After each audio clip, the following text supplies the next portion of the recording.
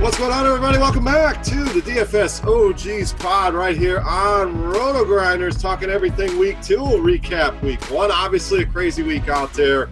High-scoring week in week 1. It's always the case, but we are back to get into week 2. We'll cover the Thursday game. We'll cover the early slate here in part 1 as well. We'll take some of your questions along the way, and then part 2, we'll cover the afternoon slate, Sunday night and Monday night. I am your host, Chris, Beermakers fan Prince. Let me bring in my co-host here. Let's start with Notorious. Derek, what's going on? How was your week 1, my man? Week 1 was good. By far my most profitable week 1 ever. I think I won like $5 total. So nice. I'm pretty happy with my week 1 performance. It's typically one of my worst weeks of the year. So definitely a high-scoring week, but it was fun to watch. Well, you don't spend all that money in one place now. You save that, put that in the little man's college fund. Chop, how was week 1 for you, brother? Week 1 was not good, pretty much a losing proposition, but I brought it on myself with my game selection. What happens is they brought back college football, so now I spend 99% of the week looking at college football, and I finally cracked open the NFL stuff on Sunday morning and, of course, hit the deadline, running up against the wall, trying to jam all my research into one morning. And so I just played nothing but the millionaire makers, and that's never going to be profitable unless you win $1 million, and that's not going to happen most times. So I lost money, but it was due to game selection. We'll bounce back this week, and I need to manage my time a little bit better. It can be a busy weekend. And I was out in Vegas trying to juggle all that and all the other distractions out there. So same, I was cramming everything in at the last minute. But week 2, we can catch our breath. Got some time here. So we wanted to get this out early to you guys. I know a lot of people start their research early on in the week. Before we dive into Thursday night, and we'll focus on the DK, on the $750,000 tournament. We'll get into all that, how you want to attack that. Guys, let's start with some pour one outs. Just what week 1 and maybe some takeaways in general. Real quick, don't want to spend too much time on it. We'll hit on a lot of that as we go throughout the podcast here. But, Chop, let's start with you. You got to pour one out from week 1 and any kind of overarching thoughts on week 1. What went right, what went wrong, but what did we see in week 1 that really stood out to you? Well, this could go a couple different ways, but I guess I'll go ahead and take a stand here and say I'm going to pour one out for Le'Veon Bell, because his decisions right now, man, this got to be a little rough for him. He's watching his backup going in there and putting up the same numbers he would have put up, and it just kind of showing how interchangeable those running backs are. He's not doing himself any justice right now, is basically.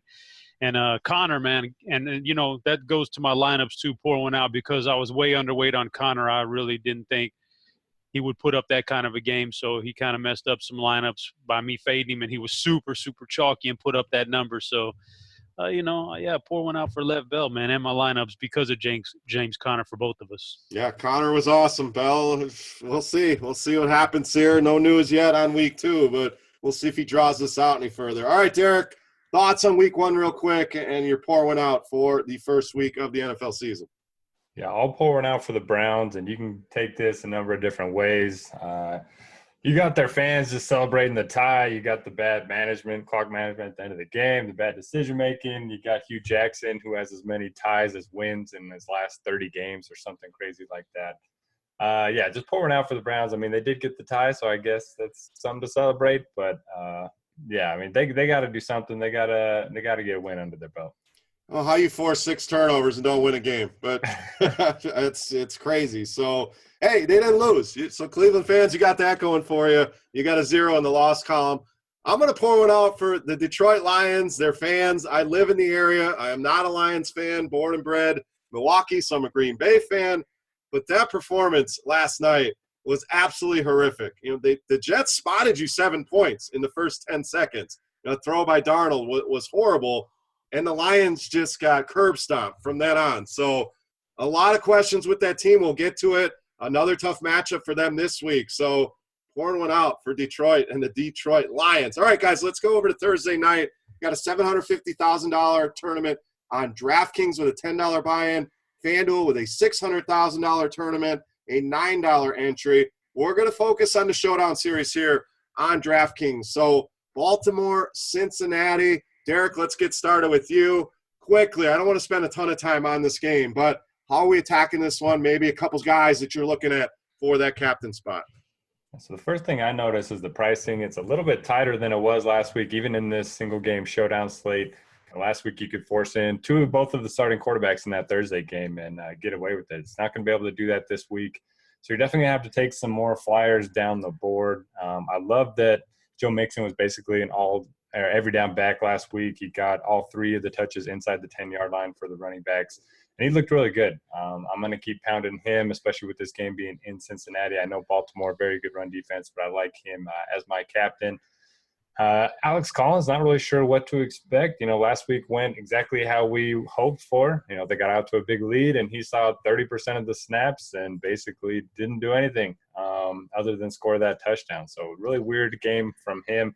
I think they're going to be mixing in their running backs throughout the year. So I'm a little hesitant to play him on the road in this spot, but I love Mixon. I think if I'm going with a cheap receiver, I like Tyler Boyd over John Ross, just because he did get more snaps and more targets. And then on the flip side, I like John Brown as an upside play on the Ravens. All right, Chop, your thoughts. Again, captain spot, who are you looking at there? And maybe some cheap guys in this game, people to focus on. Yeah, I would say that John Brown is a prime guy you could put in there, like Derek said. But then after that, I'm going to say that these are the things where you can take a real stand here and be different in these showdown slates and try to differentiate yourself. So I don't mind playing a defense, either or, Ravens or Bengals in this thing. If you think it's going to be a defensive battle, put a defense in that captain spot, and they could very easily be the high scorer in this game. Or if you really want to be different, and this is a stretch. I don't know if I would go this route, but it saves you money, helps you out. Justin Tucker, the best kicker in the game, put him in that captain spot. Hope it's just a total field goal battle and he kicks 4 or 5 field goals. He's the high scorer in the game, and something like that will totally separate yourself. But, going the other route, like last Thursday, Julio, that was a pretty easy one to stick in there. But there is no easy, offensive player in this game that I look at and say, yeah, man, that's an easy one. Put him in the captain spot. This is a defensive battle, so I could see you using a kicker or a defense up there. Yeah, agreed. You can jam in kickers, both defenses, maybe some running backs, and just hope for an ugly game. I don't mind that at all. If there's one guy I think offensively you could put in there, I agree with Derek. Joe Mixon was the workhorse. We didn't see much Giovanni Bernard in that game. So I like the Tucker call. I don't mind playing all the kickers, all the defenses, but Mixon probably the one offensive player that I'll be targeting the most in that slate. All right, let's move on to Sunday here. It looks like a pretty decent slate of games. Let's start with you, Chop. Carolina and Atlanta. Carolina survived at home against Dallas. Atlanta, we know, Thursday night did not look great. Outside of Julio Jones, the rest of the offense just did not perform. Now, it was a tough matchup at Philadelphia, but Carolina, pretty good defense as well. So what do we get here out of Atlanta, Chop? Do they come home? Do they respond? Or do you see this being an ugly, slug-it-out game? No, I like Atlanta coming back home, playing in the friendly confines of their home stadium. It's better for the quarterback. It's going to be better for the receivers. I think they have a much better offensive game here. Julio looked great. Until he ends up getting a little bit nicked up, I think you keep riding Julio as the number one wide receiver probably in football. And I think it's a nice bounce-back game for Matt Ryan.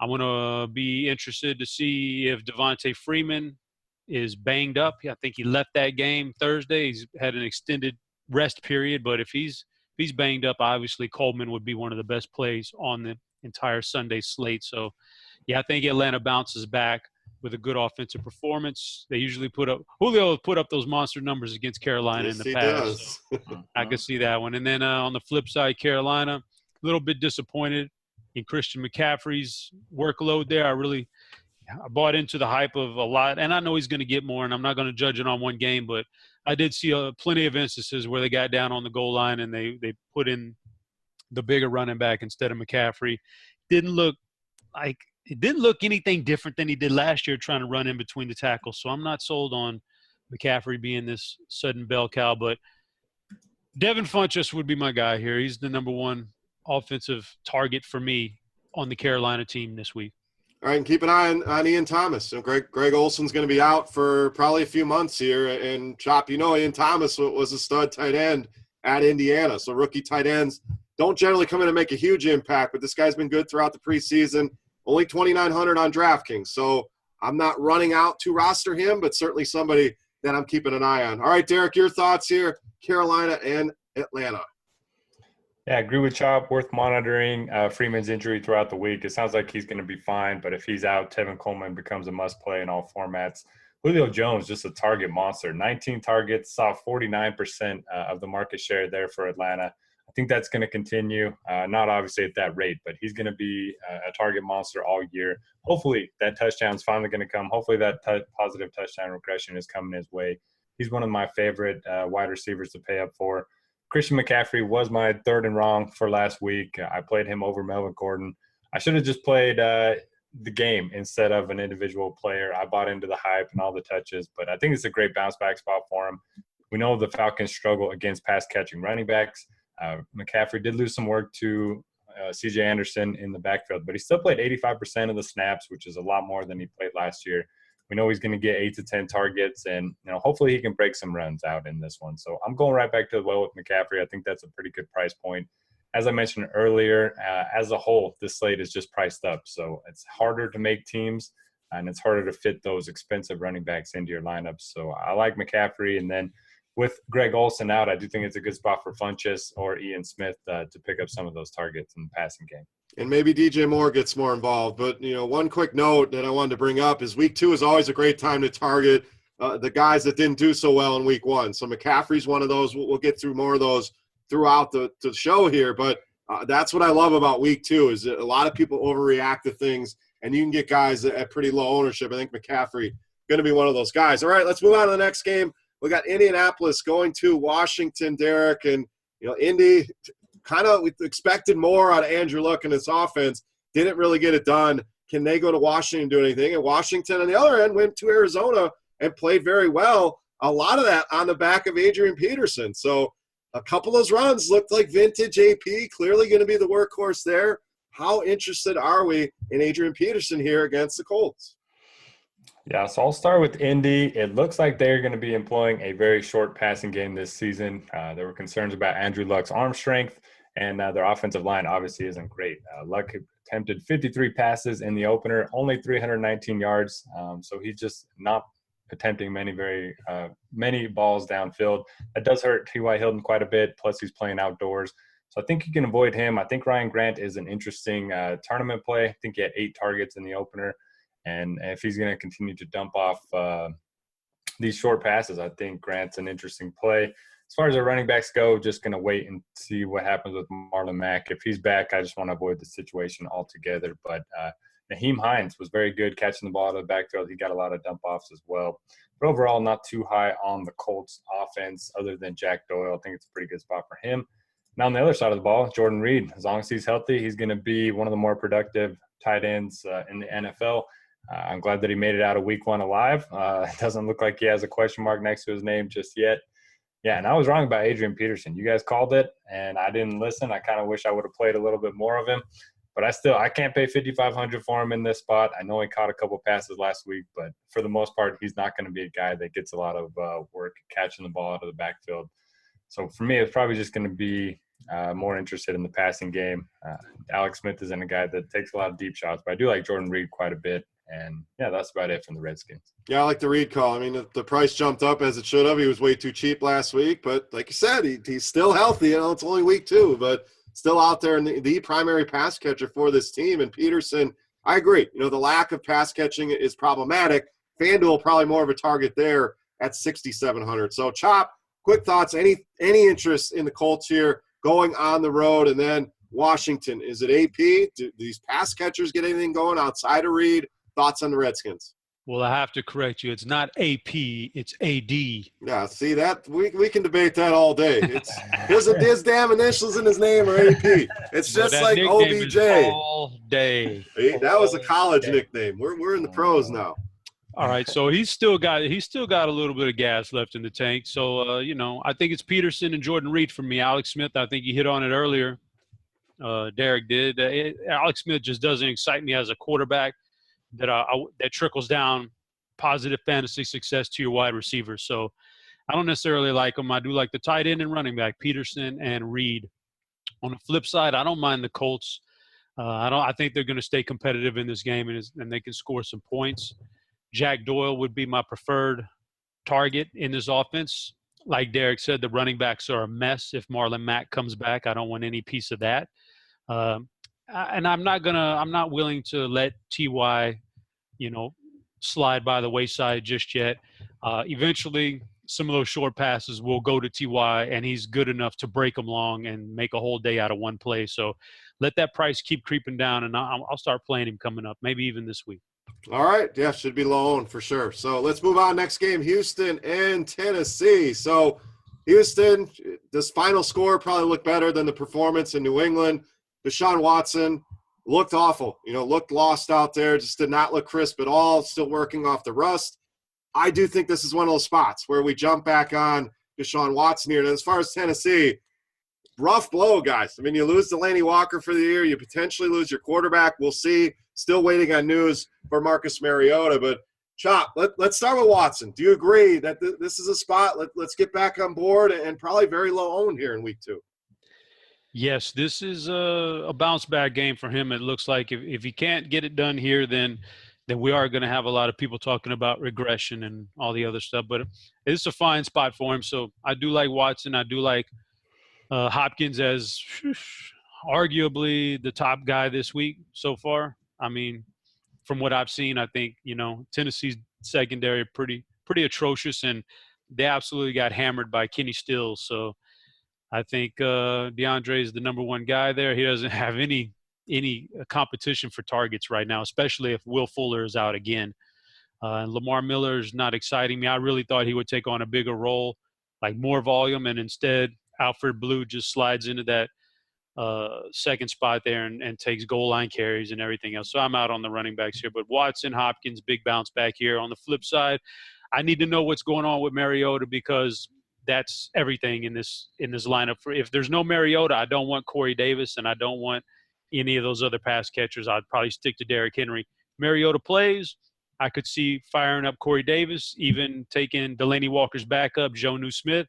It's not a terrible pass-catching tight end, but that's kind of where I stand with that. A lot of it hinges on Mariota's health. Yeah, and Deion Lewis was the guy in the backfield, saw the majority of the touches there. So he would be interesting, but I agree. It all circles back to Mariota. If it's playing Gabbert, I don't really want anything to do with that. In fact, the Houston defense would start surfacing to me towards the top. So, Derek, your thoughts on Deshaun Watson, that Houston offense, and then in Tennessee, are we just in wait mode with Marcus Mariota and his elbow? Great bounce back spot for Deshaun Watson. Tennessee, they are a pass funnel defense, so they're really good against the run, really bad against the pass. We kind of saw that a little bit last week against Miami. 6,300 is a great price point for him. If that comes with an ownership discount, I'll be all over that, like pairing him up with DeAndre Hopkins. And it sounds like he's going to have Will Fuller back, so that'll give him another deep threat to work with. Should open up the field for pretty much everyone in this offense. So I like the Watkins, the Hopkins stack. I'm a little more interested in Miller than Chop was, just because he did see 20 carries, did see a couple targets. I think the volume's still going to be there, and at 5,400, I don't hate it, but probably not going to make any of my core lineups or anything. On the Titans, yeah, all depends on Mariota. Corey Davis did see a ton of targets in that first game. They were playing from behind, which is probably why Deion Lewis saw 71% of the snaps. I would be more interested in playing Derrick Henry in this one if Mariota is healthy. Maybe they build a lead, or at least keep this game close. And I think the ownership discount on Henry over Lewis would be worth it. But for the most part, I think Jonnu Smith is going to be the guy that I target the most. We love paying down at tight end, and we know Houston funnels a lot of targets to the middle of the field. So I think it's a great spot for Smith, and everything else depends on Mariota. All right, let's move on to Ryan Fitzmagic. 48 points, Derek, on the New Orleans Saints. So we got a question on Twitter from @BrianWalker. What was the biggest week 1 fluke? And I'm going to say it was this Tampa Bay offense. We've seen Ryan Fitzpatrick in spots, put up big numbers. Now you go home, you face a Philadelphia defense that's one of the best in the league, and I think it's really going to show here. So people, I'm not sure where the ownership is going to come out on. Smart people know Philadelphia is a very good defense, but a lot of people may try to go right back to this well, and I think it was a giant fluke. But your thoughts here, Philadelphia and Tampa Bay. Yeah, something about week one and that Saints defense just forgets to show up. Yeah, I don't know, it's 3 years in a row that they've just given up huge outings to quarterbacks. Not too interested in Fitzpatrick. Not going to chase those points, especially if it comes at higher ownership. Sounds like Deshaun Jackson's going to be out, suffered a concussion. So for me, not a ton of interest as a whole in this Buccaneers offense. I don't mind looking at Chris Godwin if Deshaun Jackson's out. 4,600, definitely a good price point for him. Peyton Barber was the sort of workhorse there, but he just didn't score. So maybe you could look at him again at 4,000. I think that's a pretty good price point. On the other side of the ball, I just don't trust Nick Foles, and I don't trust Jay Ajayi. Sounds like he's got a bunch of knee issues. They don't really want to give him 20-plus targets a game or 20-plus touches a game. So there's not a ton of interest for me outside Nelson Aguilar, who I think his ADOT was like 1.5 in that opener. So, yeah, I don't know. Not a ton of interest in this game as a whole outside of maybe Chris Godwin. Yeah, pretty ugly game. I'm willing to roll the dice on Ajayi. It sounds like they're going to get him more involved. We saw him find the end zone twice, so he would be the one guy. They have not announced the starting quarterback yet, Chop. It sounds like Foles probably going to be the guy. I think Wentz maybe next week. But thoughts on this game overall? Can Tampa Bay do it again? Any interest there? And in Philadelphia, didn't see much offensively. Can they get it going here against Tampa Bay? My initial thoughts on this game are that I like Peyton Barber. I liked him last week in week one. He was one of the reasons I was willing to pass up on James Conner because I was getting just as good of a price, and I thought I could outsmart everybody else by taking Barber, who's looked pretty good. But I'll go back to that this time. Still a good price tag. And I'll bypass on these. We don't know what Deshaun Jackson is going to do yet. If he's out, then Godwin would make a really nice salary saver guy. But regardless of if Deshaun's out or in, Mike Evans is the number one guy for me here in this game. And Philly, got lit up by Julio. And I'm not saying Mike is exactly like Julio, but they are number one wide receivers on their team and with a pretty good skill set there. So Mike Evans would be my guy.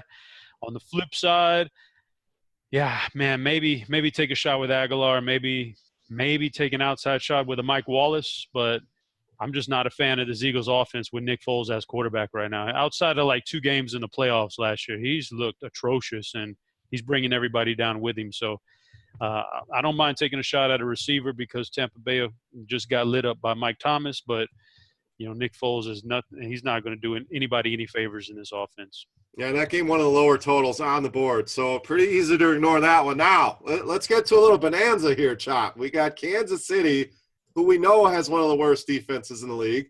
Pittsburgh coming home. We know they play much better at home. So, questions for you. Travis Kelce, one of those guys I think can bounce back in a big way here. Antonio Brown in that same camp. Ben Roethlisberger in that same camp. So address all those three. And then James Conner. I know a lot of people are going to say he was great last week, but I only paid $5,000 for him. Now I got to pay $6,700. Personally, I think that's still a great salary on a guy that's going to touch the ball 30 times. Now, depending obviously on Le'Veon Bell, but a lot to unpack here, Chop. We saw Tyreek Hill go nuts in this game. So do we go right back to the well on all these guys? This obviously the biggest game stack of the week. So hit on whatever you want to hit on here. There's a lot to get to here. Kansas City and Pittsburgh. Well, we'll start off with Pittsburgh and James Conner. Yeah. So what's I guess chalk it up to my own. I always dog on the preseason guys who look at the preseason and they do all that. But I didn't see James Conner in the preseason. Never saw him one time.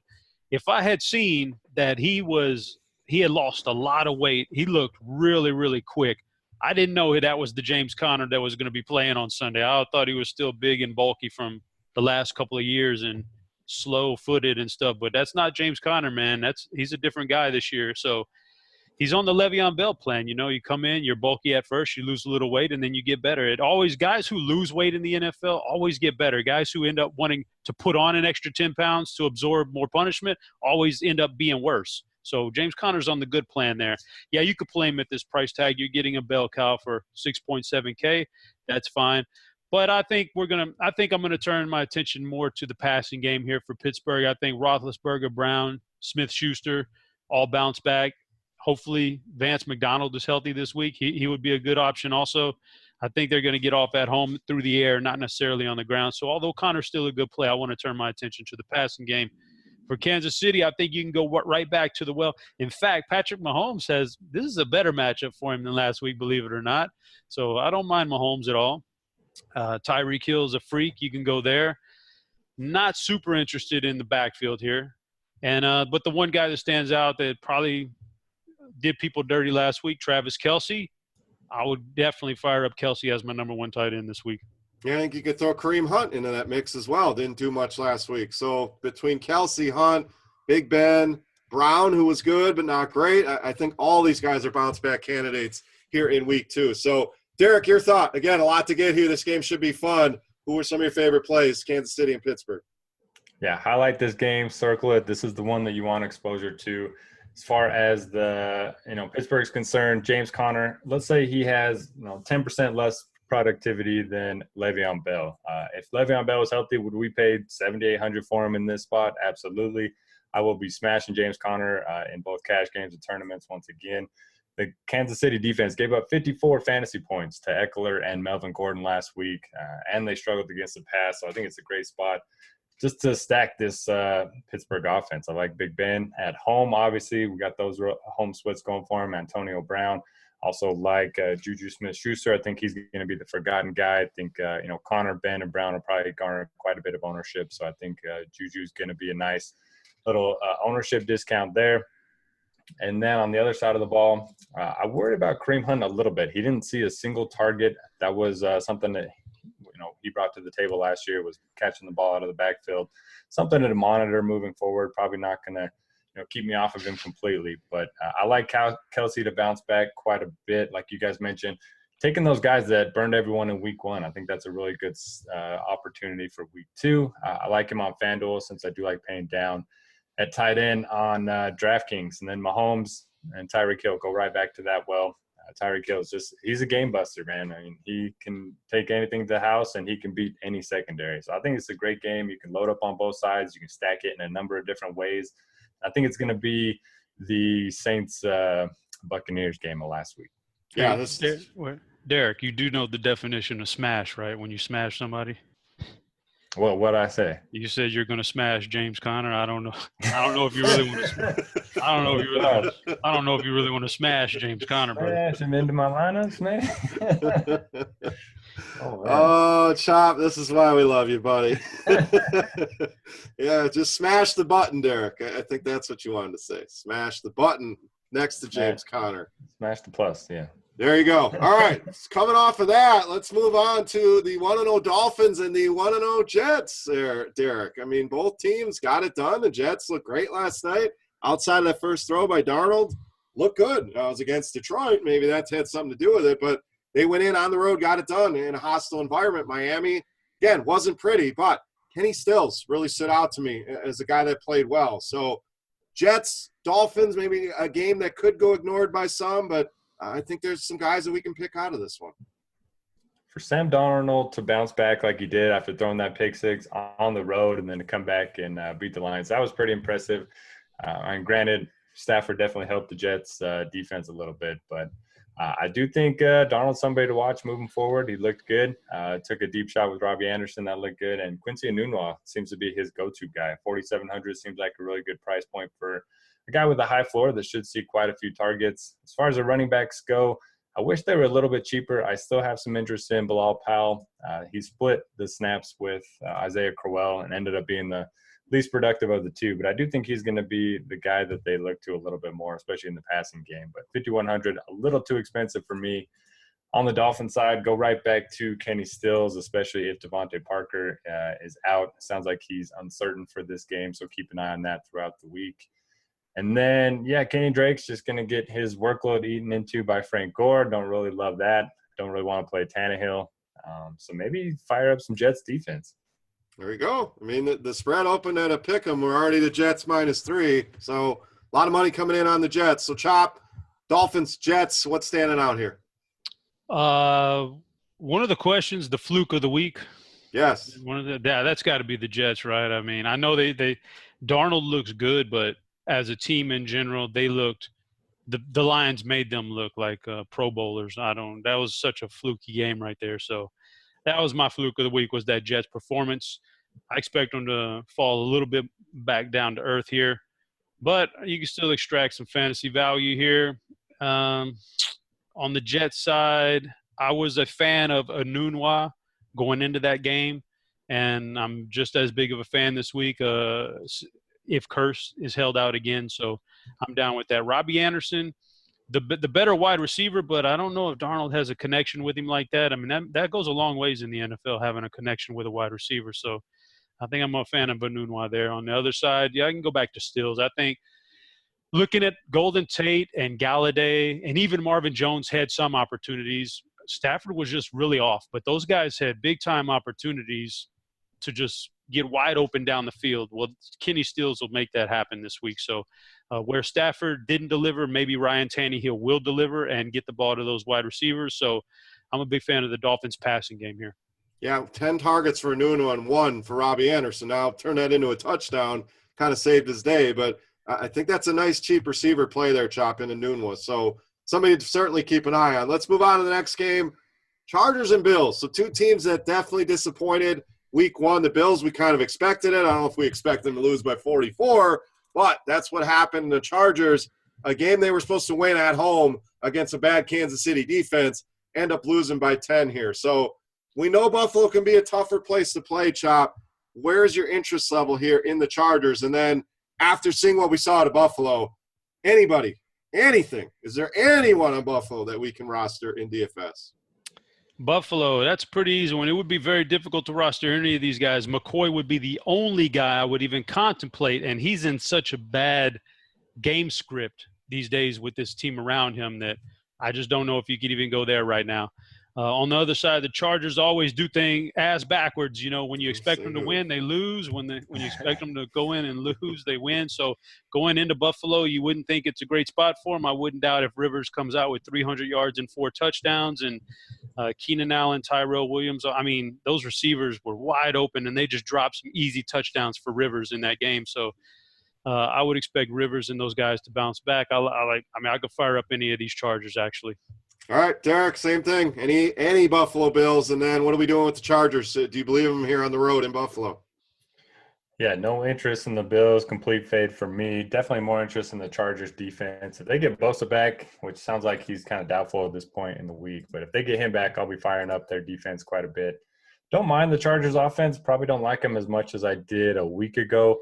But I definitely like the two, main guys, Keenan Allen, Melvin Gordon. They're going to be, mainstays in my tournament lineups. Not really looking to, fire a shot on, Eckler, who had the big week but only played 22 snaps, or Tyrell Williams, who dropped the touchdown, Mike Williams, who had pretty decent outing. But for me, it's just going to be Allen and Gordon and maybe some Chargers defense. All right, 2 games left here on part 1. You are listening to the Daily Fantasy OGs podcast here on RotoGrinders. Let's move on, guys. Minnesota and Green Bay. We saw Aaron Rodgers do what Aaron Rodgers does, an unbelievable performance. We'll see if he's ready to go in week 2. He obviously says, yeah, I'm going to play. Well, that's when he was high as a kite still after the game. So we'll see when reality strikes and how that knee is feeling. But I don't know that he goes. We're starting to see the line go towards Minnesota. That tells me Aaron Rodgers probably not going to go. But obviously that leaves Green Bay up in the air. As far as Minnesota, we're in a dogfight with San Francisco. They got the job done. Now going to Green Bay, obviously, a big divisional game here, even early in the season. So, Derek, I know Green Bay we're kind of on hold on, but what are we doing here with Minnesota? That Green Bay defense looked awful in the first half, looked much better in the second half. What about this Minnesota passing game? And then Dalvin Cook looked great. So who are your main targets here? The Vikings and then Green Bay. Just Aaron Rodgers on hold, but what are we doing if he does not play? I think this is a sneaky shootout type of game if Aaron Rodgers plays. If he doesn't, I'll probably have more interest in the Vikings. Thielen, Diggs, go right back to that well. I think they're both in play here. For the rest of the year, I'm kind of higher on Diggs and Thielen. We'll see how that works out. Dalvin Cook, we thought they were kind of going to ease him back into action, but he saw 80% of the snaps. Had a large workload, pretty decent matchup against Green Bay. I think he's certainly in play at 6,500. Kyle Rudolph, always a guy that gets overlooked at tight end. I know Green Bay has been decent against tight ends in the past, but I don't mind looking at him. probably not a spot where I want to play Cousins on the road against the Packers. But, some interesting options on the Minnesota side. As far as Green Bay, just going to wait on Rodgers. If he's active, I think you can play Adams. I think you can play, Jimmy Graham as a touchdown or bust tight end option. Randall Cobb, obviously coming off of that big game. So a lot of wait and see in this game, but I do think there are going to be some intriguing options as long as Rodgers suits up. Yeah, I'm going to add Geronimo Allison to that as well. 8 targets in that game, found the end zone. So he looked good. Rodgers, we know, has a good connection with him. So if Rodgers is in there, a lot of interesting aspects in the passing game. Probably going to pass on the running game here. Jamal Williams looks serviceable, looked like a guy, he can pass protect. He's got that going for him, but not somebody I'm overly excited about in daily fantasy this week. So, Chop, same question for you. Green Bay, if Rodgers is in or out, what are we doing there? And then Minnesota, is it the passing game? Is it the running game, or is it both? Aaron Rodgers. I mean, that's such a huge question because I will say exactly what Derek just said. If Rodgers was in there, I think this is a sneaky shootout game of the week right here.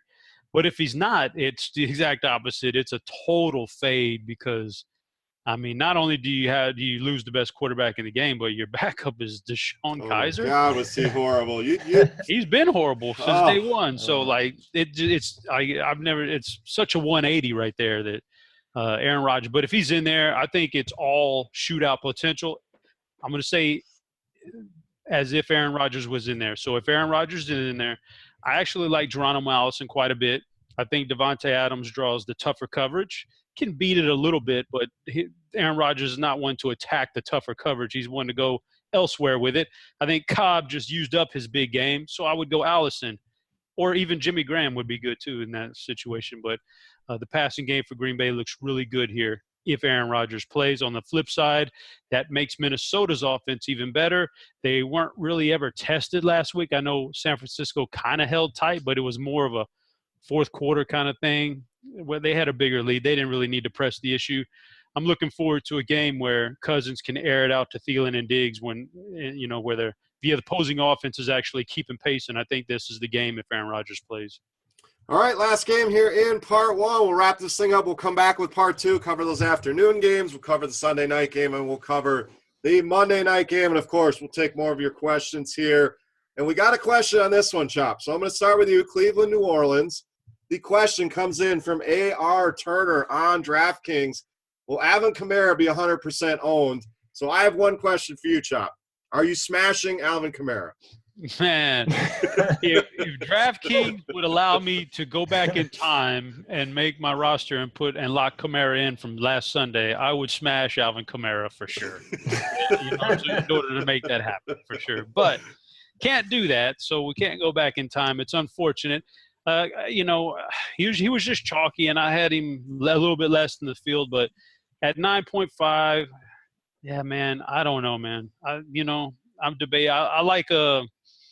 I don't think a player, when he gets into this price range, is ever a lock button. No matter how good they are or how good they can be, it's just never a lock button in this price range. It's usually the cheaper guys that I would lock in. So I don't think he's a lock button for me. I think that, if I think he's going to be super highly owned, I can actually fade him a little bit. I know he's good, but Cleveland, not a bad defense, man.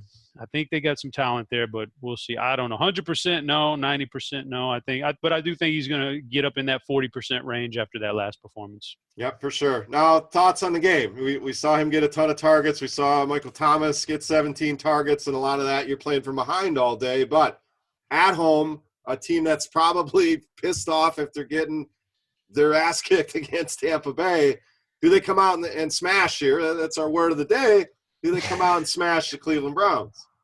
You know what else helped Kamara quite a bit was that first quarter, I think it was first quarter, fumble by your boy Gillislee.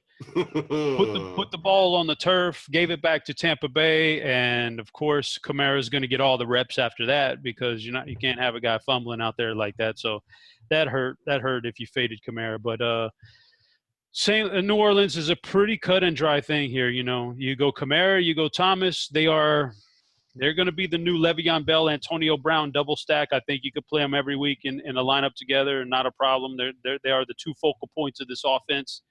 And other than that, it's tough to get a read on other guys like Ginn or Traquan Smith. I'm not going to pull the trigger on those guys. It's a two-headed monster right there. For New Orleans, for Cleveland, they're interesting. Tyrod Taylor's still just a game manager. He's still a little bit overrated by the analytical community, but, he's got some good weapons. Landry, nice weapon. Josh Gordon, I'm ready for them to turn loose, but one of these guys is going to get saddled with Lattimore, a pissed-off Marshawn Lattimore too, so I think they're going to be in trouble. But the other guy is going to actually be a pretty good play. I just don't know who it's going to be yet. So Landry or Gordon, one of them is going to get off. I'm leaning towards Gordon getting the shadow treatment, and then that would make Landry a pretty solid play. Yeah, I think we'll see a lot of Landry out of the slot. So 6,300 on DraftKings, full PPR, probably playing from behind most of the day. I really like that play this week. So, Derek, same question for you. How highly owned do you expect Kamara to be this week? Is it all systems go for New Orleans again? And then who are your targets on the Browns? Yeah, I'm going to go back to the pricing. Once again, it's tougher to make lineups this week. If we had the same values that we did a week ago, I think you could easily hit the lock button on Kamara. Wouldn't smash him. I'm going to smash Connor instead. But no, I mean, there's just not as many values. So it's hard to fit a 9.5K guy in your lineup. So I'll definitely have some exposure. I played over 80% of the snaps. Pour one out for Gillislee. Who knows what's going to happen with him moving forward. But the Saints defense isn't as bad as it looked last week. And their offense should be, just as productive. So I'm a little bit worried that they bounce back in a big way. We know Cleveland's coming off of their biggest game in 2 years or something like that. So maybe they have a letdown on the road. I'm worried about game flow in this one. If they get out to a big lead, I don't know what to expect from their big guns on the Saints. We'll have some exposure to Kamara and Michael Thomas, but not as much as the field most likely. Then on the other side, Tyrod Taylor's fine. I think he offers a high floor since he does run so much, but Jarvis Landry is the guy I have the most interest in. Do think Lattimore is going to be on Gordon. I know he can win in any matchup, but I don't expect Lattimore to get beat a lot this season, and he did last week against Mike Evans. So for me, it's going to be Landry, and then maybe a couple shots on some of these Saints guys. But I'll definitely have less exposure to these Saints guys than the rest of the field. So I know we already poured one out, but I'm going to pour out one more here. I will never again be smashing Mike Gillislee. I'm just going to say that here publicly. Last time, I'm done.